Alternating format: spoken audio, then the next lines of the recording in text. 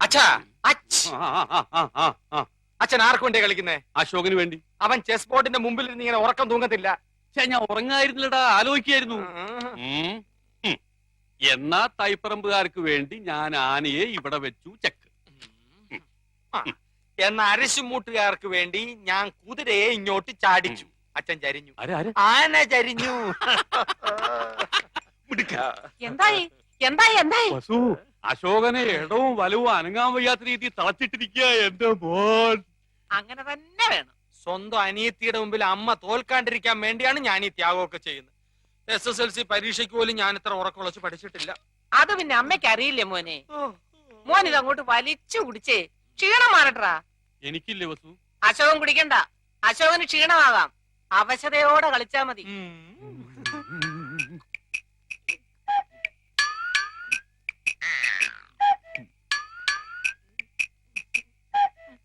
കലങ്ങിയില്ല.